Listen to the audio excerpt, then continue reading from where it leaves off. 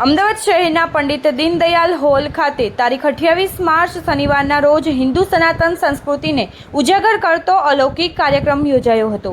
આ કાર્યક્રમમાં સમગ્ર ગુજરાતની મહિલાઓએ જે ક્યારેય સ્ટેજ પર આવ્યા નથી તેવી મહિલાઓએ પોતાના 16 સંસ્કાર દ્વારા આ કાર્યક્રમને જીવંત કર્યો હતો।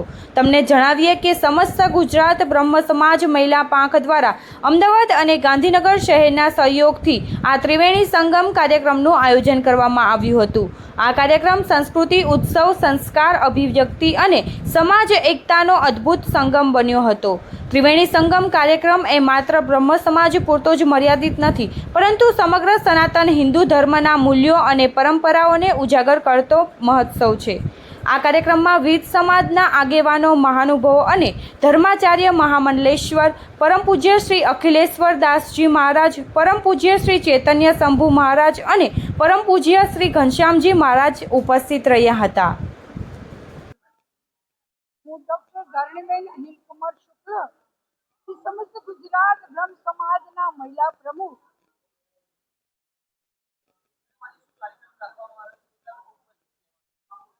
આજે સમસ્ત ગુજરાત બ્રહ્મ સમાજ ત્રિવેણી સંગમનો પ્રોગ્રામ રાખવામાં આવ્યો છે, પણ અમારું એ મૂળ લખવામાં આવ્યું છે કે હિન્દુ સનાતન ધર્મ, સંસ્કાર, સંસ્કૃતિ, પરંપરા ને ઉજાગર કરતો ભવ્યાતિ ભવ્ય પ્રોગ્રામ આજે સમસ્ત ગુજરાત બ્રહ્મ સમાજ, સમગ્ર ગુજરાતમાંથી મારી મહિલાઓ આવી છે, ભાઈઓ આવ્યા છે, બહેનો આવે છે। સમગ્ર ગુજરાતમાં કોઈ પણ સ્થળ એવું નથી કે જ્યાંથી આજે નથી આવ્યા। મોટી સંખ્યામાં મહેરામણ જ્યારે ઊભું થયું હોય અને આજે સૌથી પ્રથમ જે પ્રોગ્રામ છે એ 16 સંસ્કારનો પ્રોગ્રામ છે। આજકાલ લોકો ઉતાવળમાં લગ્નના પ્રસંગો કરે, બાબરીના પ્રસંગો કરે, પણ ખરેખર શા માટે કરવા જોઈએ?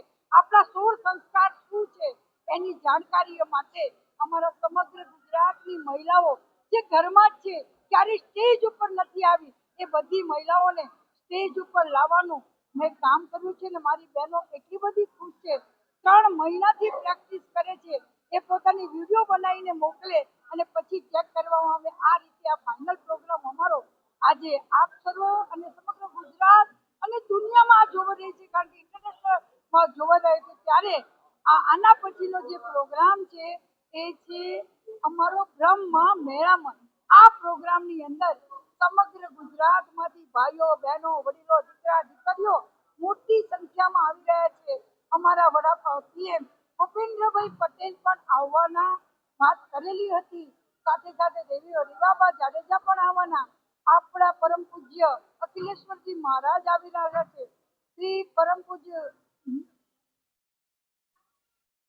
રહ્યા છે, અમારા પૂર્વ પ્રમુખ પિનાકીનભાઈ, અમારા આજના પ્રમુખ જે શૈલેષભાઈ ઠાકર છે એ પણ આવ્યા છે।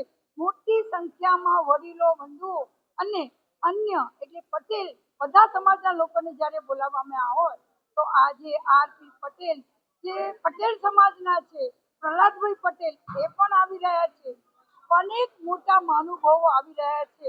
તો આ પ્રસંગની અંદર અમારા સૌથી જૂના વ્યક્તિઓ છે એવા હરગોવનભાઈ, ધનંજયભાઈ, અમારા અમદાવાદ શહેરના પ્રમુખ હિતેશભાઈ, મહામંત્રી જયેશભાઈ, અને સૌથી પહેલા જો કઈ યાદ કરવું હોય તો આ સમાજને જો કોઈ આગળ લાવ્યો હોય તો એ અનિલભાઈ શ્રી શુક્લ છે, એનાથી વિશેષ બીજું કોઈ છે નહીં।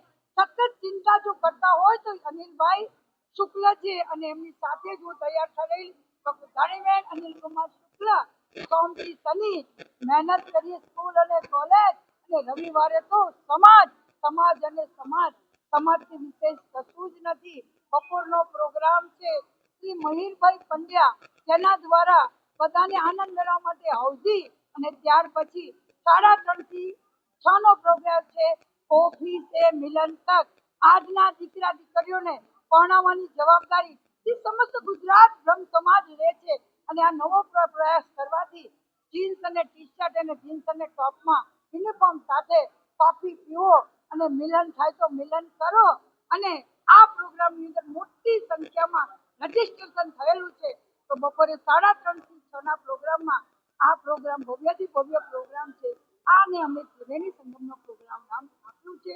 બસ આવા નવા પ્રોગ્રામથી સમાજમાં આપણા જે કોઈ જ્ઞાન નથી કે આપણા રિવાજો શું છે એનું જરૂરથી ધ્યાન આવશે, અને આ જીવન પ્રોગ્રામ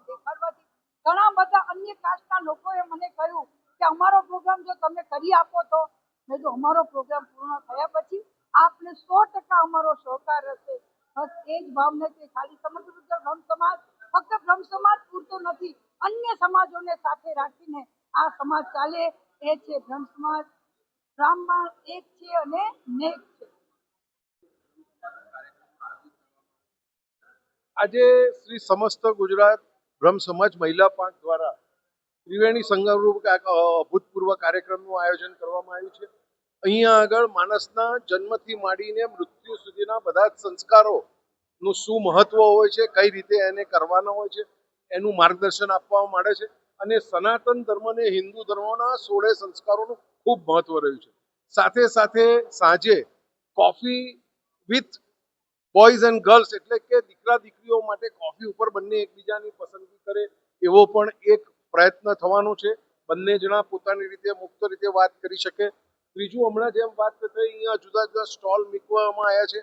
આત્મનિર્ભર ભારતની કલ્પના જ્યારે દેશના યશસ્વી વડાપ્રધાન નરેન્દ્રભાઈ કરતા હોય, જુદી જુદા સેક્ટરમાં નાનામાં નાની ડ્રોન દીદીથી માંડી અને સખી મંડળોને મહત્વમાં આવતા હોય ત્યારે આજે જે આ પ્રયત્ન છે મને લાગે છે કે અમદાવાદ અને ગુજરાત માટે ખૂબ ઉપયોગી થશે. આમ ત્રિવેણી સંગમનો કાર્યક્રમ છે.